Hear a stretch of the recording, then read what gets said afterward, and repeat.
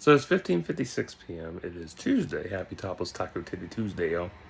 I got a double feature to run off, so yeah, let's get into that. I have Eternal Sunshine of Spotless Mind from 2004 and The Fanatic from 2019. Here's my thoughts. Oh my, and this should take about under an hour to upload. So, Eternal Sunshine of Spotless Mind.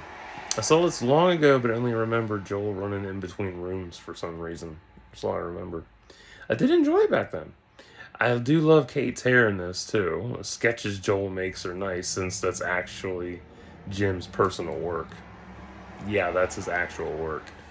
Because I remember after he was done in Hollywood, he decided to pursue an art career. Yeah.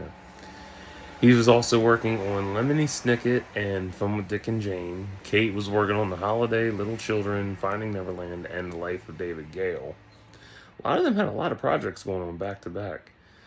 I do like how outside of the box Kate's characters are. Like, and same for Jim too. Like, Kate's characters range from disturbed, funny, um, romantic, and Jim started out comedy, and now he's been doing more drama-based work.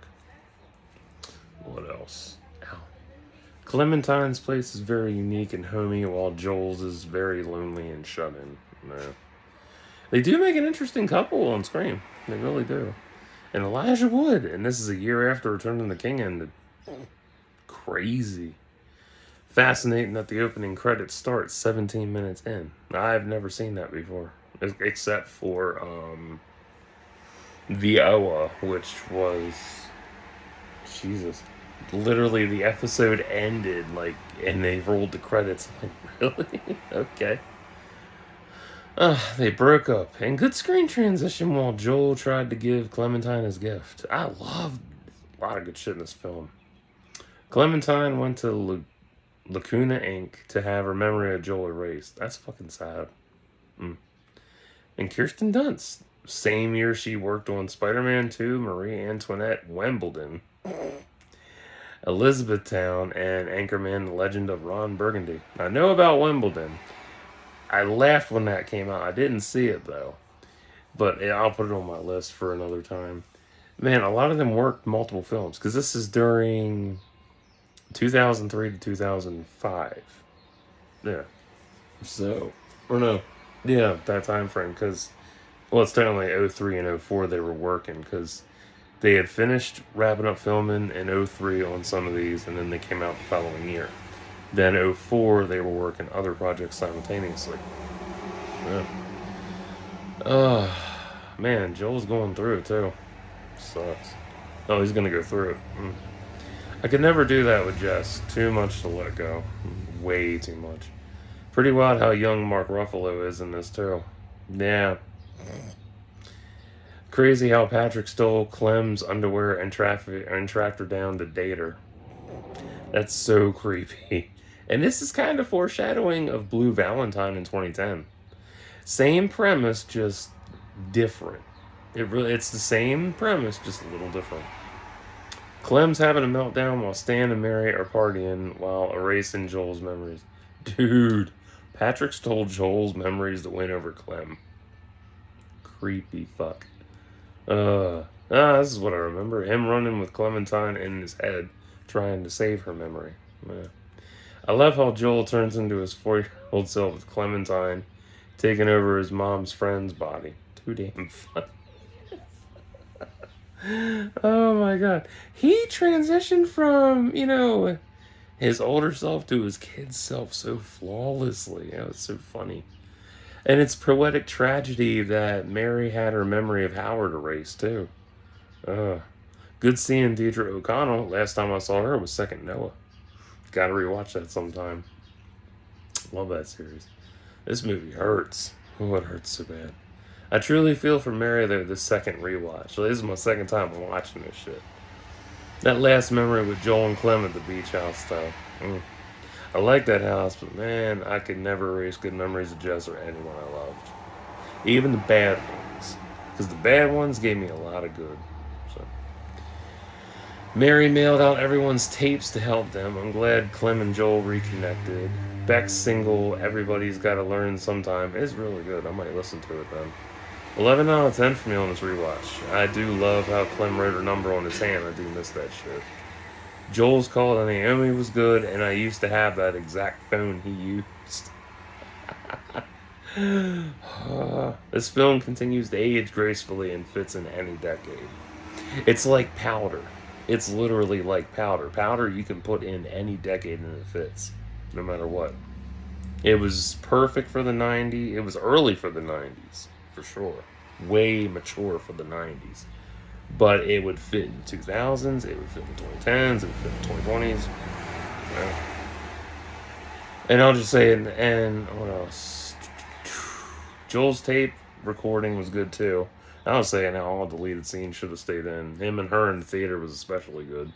The intimacy laughing scene had great scene fade too. Man, I'm glad I rediscovered this decades later. I love a good timeless flick, even if it makes me sob. Nah. Man. That film hurt. Oh, it hurts so bad. Not for the Fanatic. And this is interesting, too. And I'm anxious to see how Fred Durst directs this. Yes, Fred Durst of Limp Bizkit directed this. Very surprised. The only difference is that there's no... If it had been a real Fred Durst deal, it would have had nothing but Limp Bizkit music attached. But, nah, just one track. I like the drawings of Moose throughout. Like, they are really good. And I gotta say, John Travolta's mullet in this is something else. The scene flashing definitely harkens back to 2000s movies. Oh, yeah. The last one I watched that did that was Resurrection, 1999. Christopher Lambert. Wow, Fred wrote this too. And it's loosely based on an altercation he had. So, is this movie a confession of what happened? Or not? Oof. Okay, Moose is an eccentric fan of Hunter Dunbar. Might be autistic too. He's autistic. Todd the God is a cunt, and Moose's British accent is funny. Devin Sawa looks great too. He keeps aging so good, man.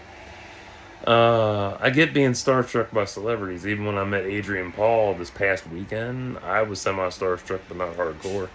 No. Like, when I met him during the Sword experience, like, he was so down to earth. Like, he wasn't, like, egotistical like some of them are. He was genuinely... I did say dad mode in the recap of that. But more, he... what's the word? He emulates calm. Yeah. He emulates stillness. And I love that. He is so zen, man. Crazy. You ever get to meet him, you'll see what I'm talking about. Same with the ones I've talked to on Twitter in the past, too. I've had good conversations on Twitter with different celebs. Love them. This is basically a sequel to Eminem's Stand, to be honest. If this had come out in the 2000s, yeah, it would have been a definite sequel to Stan, and Eminem probably would have sued. I do feel bad for Moose meeting Hunter and being shunned like that, and good old Moose for standing up to Todd. Oh, Moose is the trip. Moose went back to get his letter and accidentally killed Dora the housekeeper. No, not the explorer. No, Dora graduated and came to America and became a housekeeper. Ain't that a bitch? And died by Moose's hands. I bet that's an inside joke, too. Whatever. I can't believe he's still in the fucking house. Holy shit. He took his picture, sniffed his ear, and nearly got caught. Well, he did, and I get being hyper obsessed because Moose's illusion of Hunter is shattered forever. Ooh, I went through this with Jess and other various meltdowns. Yeah, I had lots of meltdowns like this. And it's so sad seeing Moose break down like that with Leah. He's pretty reckless, posting things he's done on social media, but in his mind, nobody's going to see it or care. That's his mindset. That's dissociation. That's how the autistic mind works. That's how my mind works for a while, and then I broke out of dissociation. Moose dissociates so bad he doesn't have a clear sense of right and wrong. And I used to be the same way when I was younger, but now that I'm more mature, I see these things. Yeah. Oh, man. I can't believe Hunter blew out Moose's eardrum, shot his hand, stabbed his eye, and let him go. So it makes you wonder, did Fred Durst do the same thing to that fan? Inquiring minds are willing to know. Even Hunter was shocked by what he did. Shame he got arrested for Dora's death. Where's Boots? Where's Boots at? Where's Boots? Where's Boots? Where's Swiper? Where's Backpack? Oh, is this a bad movie? It can be, but honestly, I loved it. It has the 2000s vibe of quick cash grab with big star power, obviously. However, Fred Durst did good directing, and Travolta was phenomenal in this. Oh my god, massively underrated role for him in terms of characters he's done over the years. Because you look at his stuff, and he's done pretty much everything except for trying to think. He's been in every genre except biographical, I think. Yeah, everything but biographical. Because he's done kids, he's done action, he's done romance, he's done musicals. Um, yeah, crazy how good this was. Most can't get an autistic role correctly, but John did it. Like, he nailed that shit. The rocking back and forth, the fidgeting, the hunched shoulders, the just all the mannerisms. Like, it's hard to go through that whole list because I do all that shit. So it's like, it's wild. It's so fucking wild. Absolutely wild out. It's like looking in a fucking mirror. Oh, oh man. I really had no idea what to expect in this. I didn't. I didn't know if it was going to be bad or not. No. Because most films I watch, I don't know. I go into it with no expectations. That's how I roll. Others, like you and whoever else, go into it with expectations high. Like you're expecting it to be better than something else you've seen, which I get. I understand that. But having no expectations really makes the experience a lot more fun because you're not sitting there like, oh, it has to outdo this, it has to outdo that. I don't know. And then you get mad and then you niggle with other fans online that enjoyed it and you didn't, and then you get pissy with them and fight them because it didn't meet your expectations. Your subconscious high expectations at that. Sad shit. Take away the negativity. It's better than M. Night's Trap. Way better than Trap. Both these films are great, but Trap was worse because of the bathroom scene at the end. Unforgivable bullshit. And I'll defend this movie as an underrated gem in the 2010s. I will. Not just as a suspense flick, but also a proper autism portrayal, too. Oh, man. So crazy. And Leah trying to protect him because she knows how dangerous it could be for him is relevant, too. And yeah, she's responsible for him going after Hunter. No, I didn't. No, I didn't. Yeah, you did. You encouraged him. You have to remember, the poor boy does not know right or wrong. You encouraged him.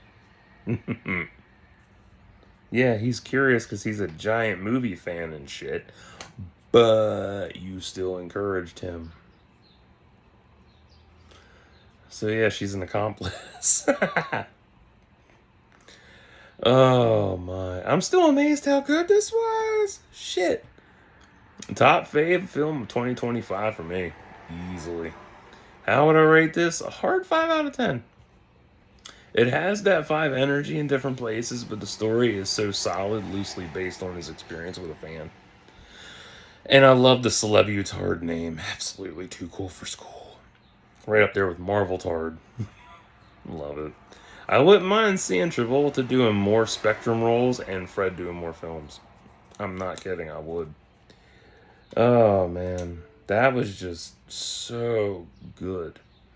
So between the two of these, which was the better one? I'm going to go with Fanatic. I can say tie because they were both great, but honestly, Fanatic surprised me more given it was a first time watch. And I absolutely loved its concept. And John, amazing. Fred, too. Fuck. Like, it's always a surprise when you see who directed what back then. Because most of them, it's their first time behind the lens. And other times they've, helped produce stuff, they've helped write stuff, they have unproduced credits, unproduced directorial deals. It's always fun. And it's always exciting to see how they handle a film. That's always the best part. That's why you want to see the best example of this shit, really? Small dick energy. Go watch Star Trek The Next Generation. And actually, go watch TNG, DS9, and Voyager. I promise you. The later seasons, all seasons are great, but watch the ones where the cast get to direct. Trust me, you will not be disappointed.